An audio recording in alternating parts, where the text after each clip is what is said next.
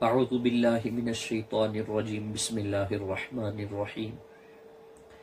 یا ایہا الذین آمنوا ادخلوا فی السلم کافہ ولا تتبعوا خطوات الشیطان انما یخشی اللہ من عبادہ العلماء وقال النبی صلی اللہ علیہ وسلم ان العلماء ورثة الانبیاء وان الانبیاء لم يورثوا دینارا ولا درہما وانما ورثوا العلم فمن اخذه بحظ وافر صدق اللہ العظیم وصدق رسولہ النبی الکریم۔ محترم سامعین کرام، آج آپ کے سامنے پھر سے حاضری کا موقع ملا۔ آج اس حاضری کو غنیمت جانتے ہوئے آپ کے سامنے چند بہت ہی اہم باتیں کرنے کی کوشش کروں گا۔ آپ سامعین کے لیے، بالخصوص انجینئر مرزا صاحب کے اسٹوڈنٹس کے لیے یہ باتیں بہت اہم ہوں گی۔ تو اولاً میں آپ کو کہہ دوں کہ یہ ویڈیو کس غرض سے ہے کہ انجینئر مرزا صاحب کے ویڈیوز بنانے کے اوپر چند لوگ کمنٹس کرتے ہیں، کچھ لوگ گالیاں بھی دیتے ہیں، کچھ ان ویڈیوز کو دیکھ کر ہمارے اصل مقصد پر پہنچ جاتے ہیں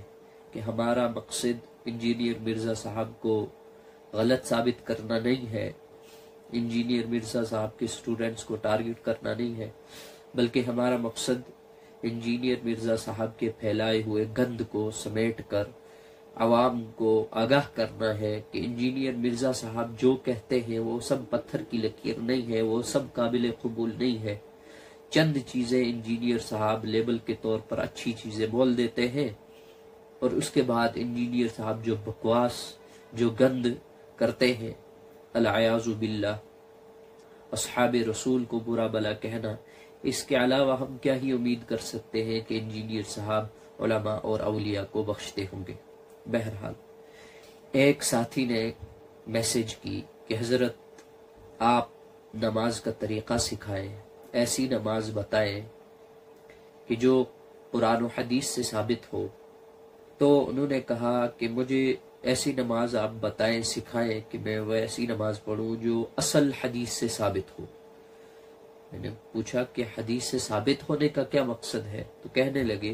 کہ وہ صحیح حدیث سے ثابت ہو، اور وہ حدیث بخاری اور مسلم کی ہونی چاہیے۔ اس پوری ویڈیو کے اندر تو ہم آپ کو نماز کا مکمل طریقہ قرآن و حدیث سے نہیں بتا سکتے۔ انشاءاللہ ہم کوشش کریں گے کہ اپنے آئندہ کی ویڈیوز میں پارٹ وائز جو ہے ہم نماز کا طریقہ قرآن و حدیث کی روشنی میں آپ کو بتائیں، اور وہ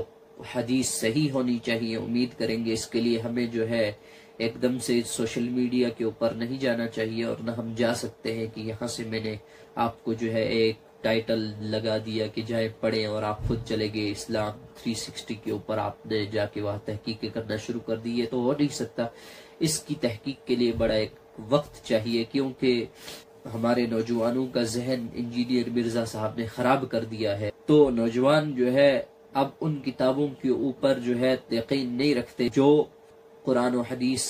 بخاری مسلم کے بعد لکھی ہوئی ہے، چاہے وہ آج کے علماء نے لکھی ہو یا اکابرین نے لکھی ہوئی ہو، تو ان کے اوپر زیادہ یقین نہیں رکھتے، جو کہ ایک نقصان دہ بات ہے، نقصان دہ نظریہ ہے، فکر ہے، سوچ ہے۔ تو انشاءاللہ ہم کوشش کریں گے کہ ہم جو ہے بخاری و مسلم اور قرآن سے جو ہے ان روایتوں کو لے کر آپ کے سامنے لائیں اور آپ کو نماز کا طریقہ بتائیں۔ میں ان کو اولاً کہہ دینا چاہتا ہوں کہ صحیح اور ضعیف حدیث، یہ جو دو قسمیں ہیں حدیثوں کی، یہی دو قسمیں نہیں ہیں، اس کے علاوہ حسن حدیثیں ہیں، بہت ساری قسمیں ہیں حدیثوں کی۔ بہرحال جب امام بخاری علیہ الرحمہ نے بخاری شریف لکھی تو اس وقت انہوں نے حدیثوں کی دو ہی قسمیں لکھی، ایک صحیح اور دوسری ضعیف۔ پھر انہوں نے فرمایا کہ میں اپنی الصحیح البخاری میں صرف اور صرف صحیح حدیثوں کو لاؤں گا، اس کے علاوہ نہیں۔ جب مسلم شریف لکھی گئی تو مسلم شریف میں جو ہے امام مسلم نے صحیح حدیثوں کے ساتھ حسن حدیثیں بھی لائی، اور ان کا کہنا یوں تھا چونکہ محدثین کے ہاں حسن حدیثیں بھی قابل قبول ہیں، اس لیے میں اپنی حدیثوں میں حسن حدیثیں بھی لاؤں گا جو ان کے بعد انہوں نے حدیثوں کی بہت سی قسمیں لکھی، جیسے بخاری کے بعد علامہ نووی علیہ الرحمہ نے تقریب لکھی، پھر اس کے بعد علامہ جلال الدین سیوطی رحمۃ اللہ علیہ نے تدریب لکھی، اس کے بعد جو ہے حافظ ابن حجر عسقلانی رحمۃ اللہ علیہ نے نخبۃ الفکر لکھی۔ جب یہ سب کتابیں لکھی گئی تو ان کے اندر حدیثوں کی بہت ساری اقسام لکھی گئی ہیں۔ اب بخاری و مسلم کے اندر حدیثیں جو ہے وہ تو صحیح ہیں یا حسن ہیں۔ اگر آپ اسماء الرجال کو پڑھیں گے تو اسماء الرجال کو پڑھنے کے بعد ایسا معلوم ہوتا ہے کہ بخاری و مسلم میں بھی کچھ حدیثیں ایسی ہیں جو مستقل طور پر صحیح نہیں ہیں، جیسے بخاری شریف میں صحیح حدیثوں کے ساتھ منسوخ حدیثیں بھی لکھی گئی ہیں، یعنی ایسی حدیثیں جن کو مانا نہیں جائے گا، جن کے اوپر عمل نہیں کیا جائے گا، وہ بھی وہاں لکھی ہوئی ہے، اور لکھنے میں وہ حدیثوں کے ساتھ لکھی ہوئی ہے۔ اب آپ معیار حق بخاری اور مسلم کو نہیں ثابت کر سکتے کہ بخاری و مسلم کے اندر جو حدیثیں لکھی ہوئی ہیں وہی صحیح ہے، باقی سب ضعیف ہے یا باقی سب قابل قبول نہیں ہے، کیونکہ خود امام بخاری علیہ الرحمہ صحیح البخاری میں لکھتے ہیں کہ یہ بخاری جو ہے اس کے اندر صحیح حدیثیں لی گئی ہے مگر سب حدیثیں نہیں لی گئی۔ یہ مختصر، آپ جب بخاری شریف کا نام پڑھیں گے، انجینئر صاحب کے سٹوڈنٹس اس حوالے سے بڑے ناواقف ہیں بیچارے، جو ہے ان کو گمراہ کیا جا رہا ہے۔ انجینئر صاحب کے سٹوڈنٹس کو جاننے کی ضرورت ہے، انجینئر صاحب خود لا علم آدمی ہے، وہ اگر بخاری شریف کا پورا نام ہی پڑھے گا تو اس کو جو ہے معلوم ہو جائے گا کہ بخاری شریف کافی نہیں ہے، صحیح ہے پر کافی نہیں ہے، مسلم شریف صحیح ہے پر کافی نہیں ہے، اس کے علاوہ احادیث کا ذخیرہ اس کے بعد محدثین نے بھی جمع کیا ہے۔ بہرحال ہم لمبی بحث پر نہیں جاتے، تو میں انجینئر صاحب کے سٹوڈنٹس اور اپنے سامعین کو یہ کہہ دینا چاہتا ہوں، حدیثوں کی قسمیں جو ہے صحیح، ضعیف، حسن، یہ سب قسمیں جو ہے متن کے اعتبار سے نہیں ہے، یہ تو سند کے اعتبار سے ہے۔ متن کے اعتبار سے حدیث جو ہے وہ یا تو نبی اکرم صلی اللہ علیہ وسلم کی طرف منسوب کردہ حدیث واقعتاً نبی اکرم صلی اللہ علیہ وسلم کا قول فعل ہوگا یا تو نہیں ہوگا، اگر ہوگا تو مانا جائے گا، نہیں ہوگا تو مردود ثابت ہوگا، اس کو مانا نہیں جائے گا۔ اب ان سب کو ثابت کیسے کیا جائے گا کہ کون سی حدیث قابل قبول ہے، کون سی حدیث قابل قبول نہیں ہے؟ یہ ظن غالب سے تو ثابت نہیں ہوگا، اس لیے سند کا اعتبار کیا جائے گا۔ اب سند جو ہے، سند اسماء الرجال کے اعتبار سے ہے کہ راویوں کے حالات، ان کا حافظہ، کہ وہ کہیں حدیث کو بھول تو نہیں گئے، یا پھر ان کی نشست و برخاست اچھے لوگوں کے ساتھ ہے یا برے لوگوں کے ساتھ ہے، ان کے عقائد کیسے تھے، تو یہ اسماء الرجال کہلاتا ہے۔ اسماء الرجال کو جب انسان پڑھتا ہے، بہت ساری حدیثیں جو ہے بخاری شریف میں لکھی ہوئی ہے، جیسے ان کا ایک کہنا ہے کہ رفع الیدین کے حوالے سے ہمارے پاس جو حدیثیں ہیں وہ صحیح ہیں، وہ زیادہ ہیں، وہ صغار صحابہ کی حدیثیں ہیں، دور اول کی حدیثیں ہیں، اور اس کے حوالے سے یہ جو ہے رفع الیدین کو بڑا جو ہے قابل قبول عمل مانتے ہیں، اور ترک رفع کو یہ قابل قبول عمل نہیں مانتے۔ حالانکہ ترک رفع کے حوالے سے جو حدیث بخاری شریف کے اندر نہیں لی گئی، وہ جو حدیث بخاری شریف میں رفع الیدین کے حوالے سے لی گئی ان سے زیادہ قوی تر ہے۔ بہرحال یہ کہہ دینا کہ بخاری اور مسلم شریف کے اندر جو حدیثیں ہیں وہی لی جائیں گی، اس کے علاوہ کسی کو نہیں لیا جائے گا، تو یہ ایک لا علمی کی بات ہے، کم علمی کی بات ہے۔ یا پھر یہ کہہ دینا کہ مجھے تو ویسی نماز پڑھنی ہے جو قرآن و حدیث میں جو نماز ہوئی ہو، کیونکہ میں نبی اکرم صلی اللہ علیہ وسلم کے بعد کسی کو قابل قبول نہیں مانتا جس کا عمل میں قبول کروں اور اس طریقے سے نماز پڑھوں، یا صحابہ کے بعد کسی کو نہیں مانتا، تو پھر یہ بھی گمراہی کی طرف لے جانے والا راستہ ہے۔ کیونکہ جب آپ ایسی نماز پڑھنے کی کوشش کریں گے جو حدیث میں ہو، قرآن میں ہو، تو آپ کو معلوم ہوگا کہ قرآن کریم اور حدیث نبویہ کے اندر کسی ایک آیت اور کسی ایک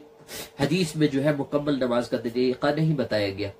تو آپ کو جو ہے آخر درجے میں یہی کرنا پڑے گا کہ آپ کو اپنے وقت کے علماء کے ساتھ ربط رکھنا پڑے گا، اور جیسا طریقہ علماء آپ کو بتائیں گے،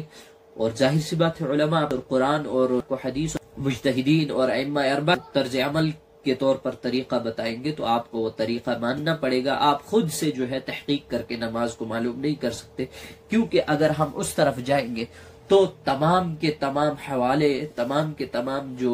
دلائل ملتے ہیں وہ سب کے سب عربی میں ہیں، اور خود انجینئر صاحب عربی پڑھنا نہیں جانتے، ان کی بارہا اور بے شمار جو ہے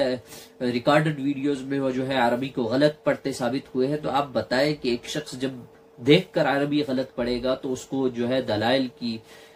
جو ہے دنیا میں کہاں وہ دلائل سے ثابت کر پائے گا کہ جو وہ بات کہہ رہا ہے وہ صحیح ہے۔ اس لیے ہمیں چاہیے کہ ہم ہمیشہ علماء کی نگرانی میں اپنے اعمال کو ادا کرتے رہیں، خود سے جو ہے مجتہد بننے کی کوشش یا اجتہاد قائم کرنے کی کوشش نہ کریں، کہ مجتہد بننا یہ بہت بڑا عمل ہے، اور اس کے لیے بہت بڑا علم چاہیے، اس کے لیے وسیع نظر ہونا چاہیے، اس کے لیے انسان قیاس اور عقل بہت ہونا چاہیے۔ تو وہ چیزیں ہمارے اندر نہیں ہیں، ہم نہیں کر سکتے، ہم مجتہد نہیں بن سکتے۔ ایک ویڈیو کے اندر انجینئر صاحب کسی ایک سوال کے صحیح جواب دینے پر اپنے ایک اسٹوڈنٹ کو کہتے ہیں کہ میں نے تجھے مجتہد قرار دیا، آج کے بعد تو مجتہد ہے۔ یہ بچکانی حرکتیں ہیں جنہیں مرزا صاحب کو سمجھنے اور سوچنے کی ضرورت ہے، اپنے زبان کے اوپر لگام دینے کی ضرورت ہے۔ بہرحال ہم نے جو قرآن کریم جو آیت تلاوت کی ہے، حدیث پڑھی ہے، اس کا ترجمہ میں آپ کو بتا دوں کہ اللہ تعالیٰ قرآن مقدس میں فرماتے ہیں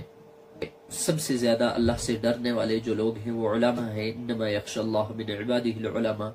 کیونکہ جب یہ ڈرنے والے ہیں تو جو یہ بات آپ کو بتائیں گے علماء حق، تو انشاءاللہ وہ صحیح بات ہوگی۔ فرمایا کہ تم سب کے سب داخل ہو جاؤ مکمل دین کے اندر، آدھے ادھورے نہیں، اور بالکل پیروی نہ کرو شیطان کو۔ یا ایھا الذین آمنوا ادخلوا فی السلم کافہ۔ اس کے علاوہ میں نے حدیث پڑھی، ان العلماء ورثۃ الانبیاء وان الانبیاء لم یورثوا دینارا ولا درہما وانما ورثوا العلم فمن اخذہ بحظ وافر، کہ بے شک علماء انبیاء کے وارث ہے، اور انبیاء کی وراثت دینار اور درہم نہیں ہوا کرتے، بلکہ انبیاء کی وراثت علم ہوا کرتا ہے، اور جس شخص نے علم سیکھا اس نے انبیاء کی وراثت کے اندر سے ایک بڑا حصہ لے لیا۔ تو ہمیں علماء کی نگرانی میں رہ کر کام کرنا چاہیے، ایسے ہتھگنڈوں سے، آپ کے ایسے پروپگنڈوں سے، پھر فتنہ پرور لوگوں سے بچ کر رہنا چاہیے۔ وآخر دعوانا الحمد للہ رب العالمین وما توفیقی الا باللہ۔